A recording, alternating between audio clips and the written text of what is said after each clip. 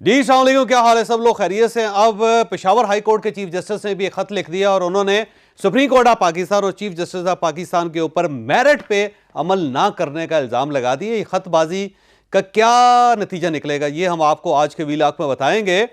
और chief justice of Pakistan media और social media से क्यों नाराज़ हैं, क्या उनकी ये नाराज़गी बजा है या गलत है, ये भी हम आपको आज के वीलॉग में बताएंगे।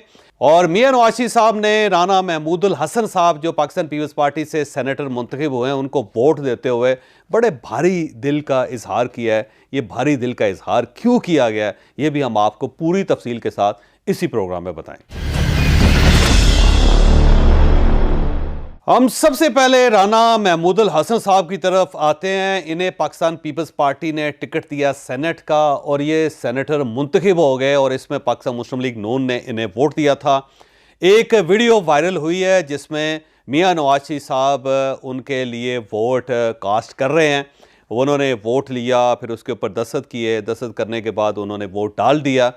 फिर उनके एक सेनेटर उनको ये कहते हैं कि राना महमूदुल हसन साहब आपका शुक्रिया अदा करना चाहते हैं। फिर एक साइड से राना महमूदुल हसन साहब सामने आते हैं, वो मियां नवाज साहब की तरफ हाथ बढ़ाते हैं। मियां नवाज साहब उन्हें ये कहते हैं कि राना साहब मैंने बड़े दुखी दिल के साथ, बड़े भारी दिल के साथ आपको वोट दिया है, बहुत मुझे अफसोस है इस चीज़ का। और वो अपनी रिजर्वेशंस का वहाँ पे मुजाहरा करते हैं और उसके साथ जो महमूदुल हसन साहब हैं उनका चेहरा उतर जाता है और उन्हें शर्मिंदगी से होती है कि मियां नवाज साहब इस तरह पब्लिकली मेरे साथ इस किस्म की बात क्यों कर रहे हैं। मियां नवाज साहब ने ये क्यों कहा था ये मैं आगे चल के आपको बताता हूँ, लेकिन उससे पहले राना महमूदुल हसन साहब का ताल्लुक पाकिस्तान मुस्लिम लीग नून के साथ था। ये 2008 में MPA इलेक्ट हुए थे, फिर 2013 में ये MNA इलेक्ट हुए और ये जनवरी 2024 में इन्होंने पाकिस्तान मुस्लिम लीग नून को छोड़ा और ये पाकिस्तान पीपल्स पार्टी ज्वाइन कर ली इन्होंने। और पाकिस्तान पीपल्स पार्टी ने इन्हें ज़ाहिर है फिर सेनेट का टिकट दिया और साथ पाकिस्तान मुस्लिम लीग नून को उन्होंने कहा कि आपने इन्हें वोट देना है और उसके बाद पाकिस्तान मुस्लिम लीग नून ने इनको वोट दिया। मियां नवाज साहब ज़ाहिर है राना महमूदुल हसन साहब के साथ को बहुत ज़्यादा कंफर्टेबल नहीं थे।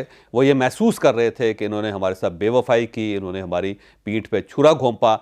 लेकिन आप इक़्तिदार की और सियासत की मजबूरियाँ देखें कि मियां नवाज साहब को इन्हें वोट देना पड़ गया। अब यहाँ पे एक सवाल पैदा होता है कि आप इतने बड़े बड़े लीडर हैं, जैसे कि मियां नवाज साहब पाकिस्तान के सबसे बड़े लीडर इस वक्त कंसिडर किए जाते हैं। 3 बार वो प्राइम मिनिस्टर रह चुके हैं, 4थी बार वो प्राइम मिनिस्टर बन रहे थे और वो असूली सियासत भी करते थे। 8 फरवरी 2024 के बाद वो असूली सियासत करते हुए मुझे नज़र नहीं आए और उससे पहले मैं उनका बड़ा एहतराम करता था कि ये वो शख्स है जो अपने कदमों के साथ खड़ा हो जाता है और इस्टेब्लिशमेंट के साथ भी लड़ाई मियां नवाज साहब की हर बार हो जाती है, असूलों पे कंप्रोमाइज़ नहीं करते।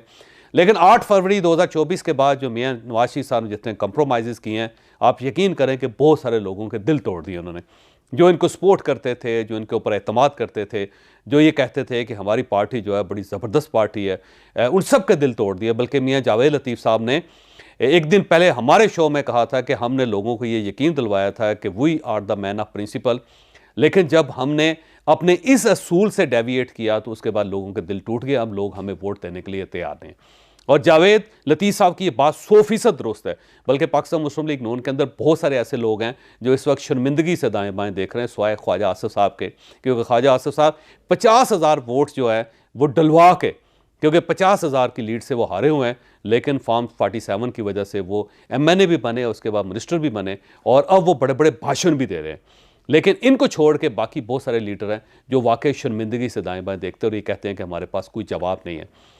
वो मियां नवाज साहब जो है वो राना महमूदुल हसन साहब को वोट देने पर मजबूर हो गया। बस सवाल ये है कि अगर आप इतने लीडर हैं, बड़े लीडर हैं और आप ये महसूस करते हैं कि राना महमूदुल हसन जो उनका किरदार ठीक नहीं है और इखलाकी तौर पे आपको उसे वोट नहीं देना चाहिए, तो आप इनकार करें। यानी मियां नवाज साहब अगर उनके अंदर इनकार की जरूरत नहीं है तो फिर मेरा नहीं ख्याल कि पाकिस्तान के अंदर फिर कोई शख्स इनकार कर सकता है। तो मियां साहब ने अगर उन्हें वोट दिया था तो खुले दिल के साथ देते, ये भारी दिल के साथ। और मुझे बहुत अफसोस हो रहा है, इस किस्म की चीज़ें कहने की क्या ज़रूरत है। दूसरा, जब आप मुनारफ हो सकते हैं, जब आप अपने असूलों पे कंप्रोमाइज़ कर सकते हैं, तो आपका जो MNA है या आपका MP है वो आपकी पार्टी क्यों ना छोड़े, वो अपने मफाद के लिए दूसरी पार्टी के अंदर क्यों ना जाए। जब आप अपने मफाद के लिए पंजाब का इक़्तिदार हासिल कर लेते हैं, वफाक का इक़्तिदार हासिल कर लेते हैं, जबकि आपको पता है कि आपका ये हक़ नहीं बनता था, आपकी सीटें कम थी, लेकिन आपको रात की अंधेरे में बाकायदा जितवाया गया और आपके अपने जो बैलेट बॉक्स है उसके अंदर भी वोट पूरे किए गए। और आप देख लें, मानसेरा से आप हार गए, लाहौर जिस दिन आपका हल्का खुल गया उस दिन आप यहां से भी हार जाएंगे, लेकिन इसके बावजूद आप कौमी असम्बली में पहुंचे और आपने मियां शहबाज शरीफ साहब को प्राइम मिनिस्टर बनाया और मरीम नवाज साहबा, जिनकी अपनी सीट बड़ी मशकूक है इस वक्त, उनको आपने चीफ मिनिस्टर बनाया। तो आपने हर किस्म का सौदा अपने लिए किया, लेकिन महमूदुल हसन जो है वो आपको पसंद नहीं है, क्योंकि उसने अपना मफाद देख लिया था। यानी आप ये चाहते हैं कि आप अपने मफाद का मुकम्मल ख्याल रखें और अपने पूरे असूल जो है उनको दफन करके आप इक़्तिदार के अंदर बैठें और उसके बाद फिर आप इक़्तिदार में बैठ के उसको एंजॉय भी करें और साथ साथ आप ये कहें कि जी बड़ी ज़्यादती हुई हमारे साथ, और जो आपको छोड़ के चला जाए या दूसरी पार्टी में चला जाए उसके ऊपर आप ये कहें जी मैंने बड़े भारी दिल के साथ आपको वोट दिया था। भाई अगर आप मैन ऑफ प्रिंसिपल है तो आप वोट ना दें। आप ये कहें कि जी मैं राना महमूदुल हसन को वोट नहीं दूंगा, कुछ भी हो जाए, क्योंकि इससे मेरी पीठ पे छुरा घोंपा है, इन्होंने हमारी पार्टी छोड़ी है। तो आप एक तो उनको वोट भी दे रहे हैं और फिर साथ खुद कंप्रोमाइज़ कर रहे हैं सारे के सारे, और दूसरे जो लोग कंप्रोमाइज़ कर रहे हैं वो आपको बड़े बुरे लग रहे हैं। अब सवाल ये है कि अगर राना महमूदुल हसन आपकी पार्टी में होते तो क्या आप उनको इतनी इज्जत देते जितनी पाकिस्तान पीपल्स पार्टी ने दी है? कि पाकिस्तान पीपल्स पार्टी ने उनको सेनेट का टिकट दिलवाया और दिलवाने के बाद उन्होंने आपको मजबूर किया कि आपने इसको वोट देना है, और आप मजबूर हुए और आपने उसको वोट दिया। तो ये अजीब सी कन्फ्यूजन है कि आप अगर दूसरा कंप्रोमाइज़ कर जाए तो बुरा है, आप कंप्रोमाइज़ कर दें तो हर चीज़ हलाल है। और इसके साथ साथ अगर वो दूसरी पार्टी में जाए और दूसरी पार्टी उनका एहतराम करे तो आपको अजीब सा लगता है। फिर आप उसको वोट भी दे रहे हैं और वोट देने के बाद ये कह रहे हैं बड़ी दुखी दिल के साथ वोट दिया। तो मुझे मियां नवाज शरीफ साहब की समझ नहीं आ रही कि वो इस वक्त किस जगह पे स्टैंड कर रहे हैं। हम आज के इशू की तरफ आते हैं। आज पेशावर हाई कोर्ट के चीफ जस्टिस मोहम्मद इब्राहिम साहब ने भी एक चीफ जस्टिस ऑफ पाकिस्तान को ख़त लिख दिया और उस ख़त में उन्होंने कहा जी कि आपने मेरिट का ख्याल नहीं रखा और सुप्रीम कोर्ट ऑफ पाकिस्तान में 4 सीटें खाली थी, लेकिन मैं दूसरे नंबर पर था सीनियरिटी में, लेकिन मुझे आपने इग्नोर करके आपने कोयटा के chief justice high court justice Naeem Akhtar Afghan को आपने एलिवेट कर लिया और उन्हें आप सुप्रीम कोर्ट ऑफ पाकिस्तान ले गए क्योंकि वो रिटायर हो रहे थे। तो आपने अपने साथी का ख्याल रखा, लेकिन मैं जो मेरिट पे दूसरे नंबर पे था आपने मुझे इग्नोर कर दिया। तो उन्होंने एक सवाल उठा दिया कि सुप्रीम कोर्ट ऑफ पाकिस्तान या चीफ जस्टिस ऑफ पाकिस्तान जो है वो मेरिट का ख्याल नहीं रख रहे।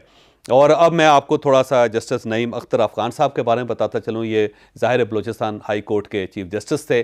2021 में ये चीफ जस्टिस बने थे, 2001 में इन्होंने प्रैक्टिस शुरू की थी। काजी फाइज इसा साहब के साथ इनके बड़े अच्छे तल्लुकात थे क्योंकि काजी फाइज इसा साहब आपको याद होगा कि बलोचिस्तान हाई कोर्ट के वो चीफ जस्टिस रहे हैं और उस वक्त जब काजी साहब खुद प्रैक्टिस भी करते थे तो उस वक्त भी नईम अख्तर अफगान साहब के साथ उनके बड़े अच्छे ताल्लुकात थे। अब वो रिटायर हो रहे थे, जब रिटायर हो रहे थे तो उनको एलिवेट करके उन्हें ये सुप्रीम कोर्ट ऑफ पाकिस्तान में ले आए। एक हफ़्ता पहले शायद वो सुप्रीम कोर्ट ऑफ पाकिस्तान में आए और उनकी जगह जस्टिस हाशिम को कायम मुकाम चीफ जस्टिस बना दिया गया था और वो भी रिटायर हो रहे थे क्योंकि उनकी रिटायरमेंट की एज भी आ गई थी। फिर उनको अब चीफ जस्टिस बलूचिस्तान बना दिया गया और वो रिटायरमेंट से पहले उनको भी बाकायदा इस सीट के ऊपर मौका दे दिया गया। तो इसके ऊपर अब पेशावर हाई कोर्ट के जो चीफ जस्टिस हैं उन्होंने सवाल उठा दिया। अब मुझे यूँ महसूस होता है कि हर तरफ से काजी फाइज इसा साहब को ख़त लिखे जा रहे हैं, काजी फाइज इसा साहब की जो रिट है उसको चैलेंज किया जा रहा है और अब साथी जजेस जो हैं वो उनके ऊपर बात करना शुरू कर दिया है। कहीं ऐसा ना हो कि एक दोबारा एक डिवीज़न जो अदलिया उसके अंदर आ जाए और वो जो इज़्ज़त अदलिया की इस वक्त पाकिस्तान के अंदर है वो ज़ाहिर आहिस्ता आहिस्ता ख़त्म भी हो रही है क्योंकि जिस किस्म के वाक़यात पाकिस्तान में हो रहे हैं और जैसे चीफ जस्टिस हजरात और उसके बाद जज हजरात ख़त लिख रहे हैं और जिस तरह वो अपने कपड़े जो है उन्होंने चौक के अंदर धोना शुरू कर दिए हैं, तो उससे ज़ाहिर सुप्रीम कोर्ट और हाई कोर्ट्स की इज़्ज़त वो नहीं रही जो पहले थी।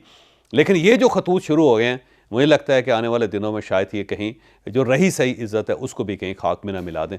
तो मेरा मशवरा ये है कि आला अदलिया को फौरी तौर पर बैठ के कोई ना कोई दरमियान का रास्ता निकालना चाहिए और ये फ़ैसला करना चाहिए कि कम अज़ कम हम अपनी बेइज्जती नहीं करेंगे या अपनी इज़्ज़त को हम इस तरह नहीं मट्टी के अंदर रोलेंगे। तो ये इस वक्त इमीडिएट ज़रूरत है क्योंकि अगर आला अदलिया जो है वो भी कंट्रोवर्शियल अगर पाकिस्तान में हो गई तो फिर पाकिस्तान के अंदर कोई अदारा नहीं बचेगा कि जिसकी तरफ लोग इज़्ज़त की निगाह से देख सकें। तो बहुत ज़्यादा क्रेडिबिलिटी इस वक्त सफ़र कर रही है आला अदलिया के। कल चीफ जस्टिस ऑफ पाकिस्तान ने हेयरिंग की थी जजेस के इशू पे और वो 1.5 घंटा मुसलसल मीडिया के ऊपर सोशल मीडिया के बारे में बात करते रहे और उन्होंने ये कहा कि ये बाकायदा उसके अंदर जिस किस्म की बातें की जाती हैं, जिस तरह इल्ज़ाम लगाया जाता है, उससे इदारों की इज़्ज़त नहीं कायम रहती। और जस्टिस तसद्दुक़ हुसैन जिलानी साहब के बारे में उन्होंने कहा कि जिस तरह उनके बारे में बात की गई, जिस तरह उनके ऊपर सवाल उठाए गए, जिस तरह उनकी इंटेग्रिटी को हदफ बनाया गया, तो उसके बाद ज़ाहिर शरीफ आदमी उनके पास कोई गुंजाइश नहीं थी कि वो इस कमीशन से माज़रत करते, तो उन्होंने माज़रत कर ले। साथ साथ चीफ जस्टिस पाकिस्तान ये कह रहे थे कि मैं प्रेशर में नहीं आता, लेकिन जो केस या जो फैसले उन्होंने पिछले दिनों किए, ऐसा महसूस होता है कि वो सोशल मीडिया की कंपेन के ऊपर सुप्रीम कोर्ट ऑफ पाकिस्तान भी मुतासर हो रही है। जिस तरह आप देख लें कि सबसे पहले सोशल मीडिया पे ये सवाल उठाया गया था कि ये कमीशन नहीं बनना चाहिए तसद्दुक़ हुसैन जिलानी साहब का, लिहाजा वो कमीशन बना और उसके बाद ख़त्म हो गया। फिर बार बार प्रेशराइज़ किया जा रहा था सुप्रीम कोर्ट ऑफ पाकिस्तान को कि इमीडिएटली इन्हें सो मोटो लेना चाहिए। फिर सुप्रीम कोर्ट ऑफ पाकिस्तान ने सो मोटो लिया। अब उनको प्रेशर पुट किया जा रहा है कि ये फुल कोर्ट होना चाहिए था और चीफ जस्टिस ने कल ये कहा कि फुल कोर्ट की तरफ हम जाएंगे और उसके बाद 29 अप्रैल उन्होंने तारीख दी और कहा कि जब पूरी सुप्रीम कोर्ट यहाँ पे इकट्ठी हो जाएगी तो हम फौरी तौर पर फुल कोर्ट बना लेंगे। अब उसके बाद भी अगर मेरा ख्याल है सोशल मीडिया की तरफ से कोई कंपेन की गई या प्रेशर डाला गया तो मुझे ख़तरा है कि कहीं ऐसा ना हो कि ये बेंच जो है ये दोबारा प्रेशर में आ जाए। तो अगर ये कहा जाए कि अदलिया के ऊपर प्रेशर नहीं है सोशल मीडिया का, तो ये बात भी गलत होगी। और अगर ये कहा जाए कि अदलिया इस प्रेशर से मुतासर नहीं हो रही, तो ये बात भी गलत होगी। अदलिया बहरहाल मुतासर हो रही है। अब सवाल ये कि क्या सोशल मीडिया को ये काम करना चाहिए और क्या प्रेशर डालना चाहिए और क्या प्रेशर में आना चाहिए। तो सीधी बात है, सोशल मीडिया एक वाकई प्रेशर है और एक ऐसा प्रेशर है जिसे सब लोग तस्लीम करने पर मजबूर हो जाते हैं। और इसमें मैं काजी फायज़ ईसा साहब का अपना केस वो पेश करूंगा कि जब इनके ऊपर एक रेफरेंस बना था तो उस वक्त कन्वेंशनल मीडिया ने काजी फायज़ ईसा का साथ नहीं दिया था, ना अखबारात ने दिया था, ना टेलीविज़न ने दिया। तो उसकी वजह यह थी कि उस वक्त गवर्नमेंट का प्रेशर था, पैमरा की तरफ से बाकायदा डायरेक्शन थी कि आपने काजी फायज़ ईसा साहब के मामले को टेकअप नहीं करना टेलीविज़न पे। लिहाजा उस वक्त टेलीविज़न खामोश था, साथ अखबारात खामोश थे, लेकिन सिर्फ सोशल मीडिया बोल रहा था। और उस सोशल मीडिया की वजह से उस वक्त की सुप्रीम कोर्ट ऑफ पाकिस्तान पे प्रेशर आया और काजी फायज़ ईसा साहब का जो केस था वो घर घर पहुंचा और सब लोगों ने उनको हीरो माना। और वो उस वक्त इतना ज़्यादा सोशल मीडिया का के ममनून थे काजी फायज़ ईसा साहब कि वो बाकायदा जो सोशल मीडिया के ऊपर काम करने वाले वर्कर्स थे या जो यूट्यूबर्स थे उनके घर भी जाते थे और उनका शुक्रिया भी अदा करते थे, जिसमें असद तूर साहब शामिल हैं। आपको याद होगा कि असद तूर साहब के ऊपर एक अटैक हुआ था तो काजी फायज़ ईसा साहब अपनी अहलिया के साथ उनके घर गए थे। उसकी वजह यह थी कि असद तूर साहब इनका मामला उठा रहे थे और उस वक्त बड़े यूट्यूबर्स ने इनका साथ दिया था, कन्वेंशनल मीडिया ने इतना साथ नहीं दिया। तो इस वक्त भी जो सोशल मीडिया वो बोल रहा है, इश्यूज़ पे बोल रहा है और इसका एक प्रेशर है और इसको अगर ना माना जाए तो ये बात गलत होगी। और इसमें कोई शक नहीं कि पाकिस्तान तहरीक-ए-इंसाफ वाहिद सियासी जमात है जिसकी सबसे ज़्यादा रसाई है सोशल मीडिया पे और वो नर्व्स के ऊपर अफेक्ट करती है। वो इस्टेब्लिशमेंट के नर्व्स हों, गवर्नमेंट के नर्व्स हों या फिर जुडिशरी के नर्व्स हों और ब्यूरोक्रेसी के नर्व्स हों और फिर पब्लिक के नर्व्स हों, पाकिस्तान तहरीक-ए-इंसाफ को बहरहाल आपको ये एज देना पड़ेगा कि उनके अंदर ये कमाल है कि वो प्रेशराइज़ कर लेते हैं और उसके बाद चीज़ें उनके प्रेशर में चलती हैं, जो इस वक्त भी आपको हर जगह नज़र आ रही है।